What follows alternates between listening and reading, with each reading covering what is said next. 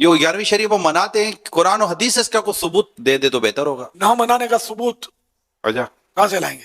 یعنی کسی چیز کا منع نہ ہونا یہ اس کے جائز ہونے کی دلیل ہے۔ حضرت سیدنا عبداللہ ابن مسعود رضی اللہ تعالی عنہ فرماتے ہیں وَمَا رَآهُ الْمُسْلِمُونَ حَسَنًا فَهُوَ عِنْدَ اللَّهِ حَسَن، اور جس شے کو مسلمان اچھا سمجھے وہ اللہ کے یہاں بھی اچھی ہوتی ہے۔ اب یہاں کون سے مسلمان اچھا سمجھے؟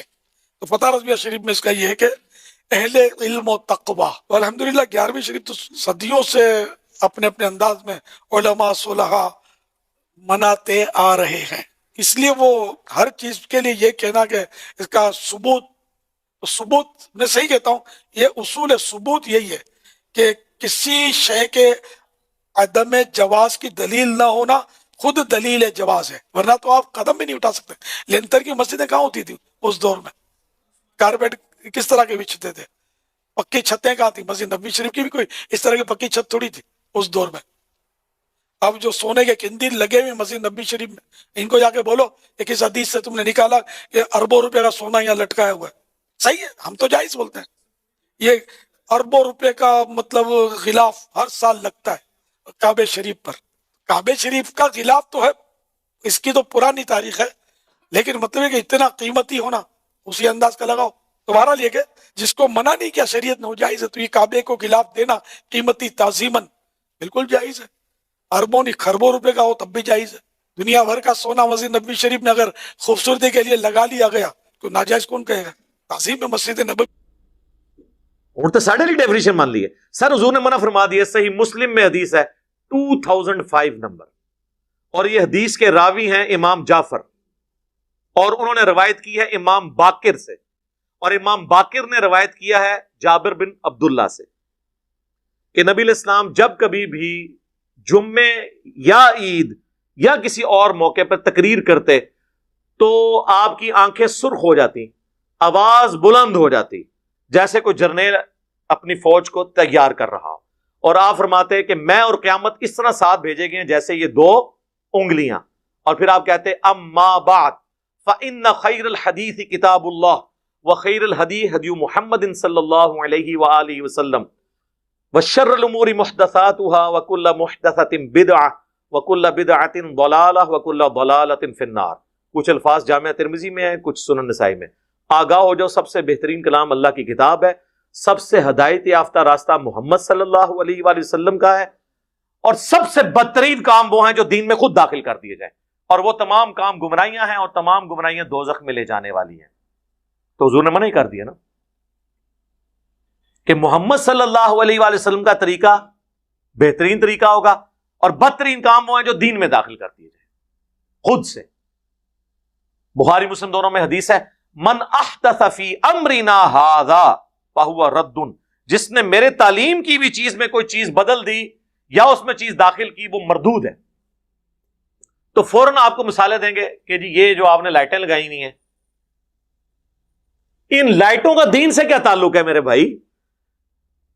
ہوائی جہاز میں حج کرنے کا دین سے کیا تعلق ہے؟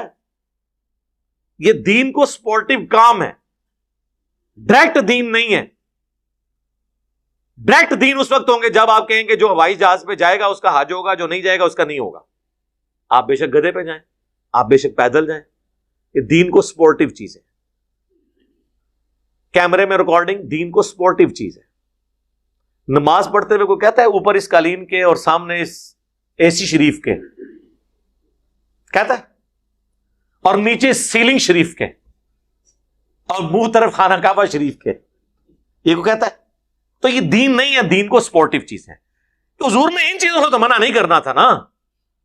وہ تو قرآن میں آیا کہ اپنے گھوڑے تیار رکھو، سورۃ الانفال میں آیا کہ اپنے گھوڑے تیار رکھو جنگ کے لیے۔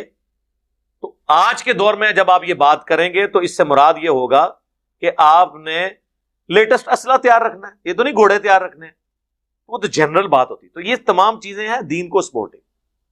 اس کے بارے میں الگ حدیث ہے، وہ صحیح مسلم میں ہے کہ جس نے اسلام میں اچھا طریقہ جاری کیا، جتنے لوگ اس پہ عمل کریں گے اس کا ثواب اسے ملے گا، اور جو عمل کر رہے ہوں گے ان کے عمل میں بھی کمی نہیں ہوگی، اور جو اسلام میں برا طریقہ جاری کرے گا اس کا وبال اس پہ ہوگا۔ اور انہوں نے وہ الفاظ ہیں سنتن حسنتن، بدعت حسنہ نہیں ہے، سنت حسنہ ہے۔ اور وہ حدیث پوری بیان کریں تو آپ کا مسئلہ بھی حل ہو جائے گا. پوری حدیث یوں ہے کہ نبی الاسلام نے کچھ نیو مسلم آئے جن کے چہرے پر بھی غربت کے آثار تھے. نبی الاسلام نے مسجد میں ممبر لگوا کے خطبہ دیا. آپ نے پھر قرآن پاک کی مختلف آیات تلاوت کی جن میں صدقہ اور خیرات کی ترغیب دلائی گئی. اینڈ پہ آپ نے کہا کہ اللہ کی راہ میں صدقہ کرو. ایک انصاری اپنے گھر گئے اور وہ اپنے گھر سے کافی سارا سامان ایک تھیلے میں اکٹھا کر کے، اور صحابہ کرام کہتے ہیں کہ وہ بڑی مشکل سے اس کو اٹھا کے لایا، گھسٹتا ہوا لا کے مسجد کے صحن میں رکھا. تو حضور علیہ السلام کا چہرہ مبارک اس طرح چمک اٹھا جس طرح کہ سورج اور سونا،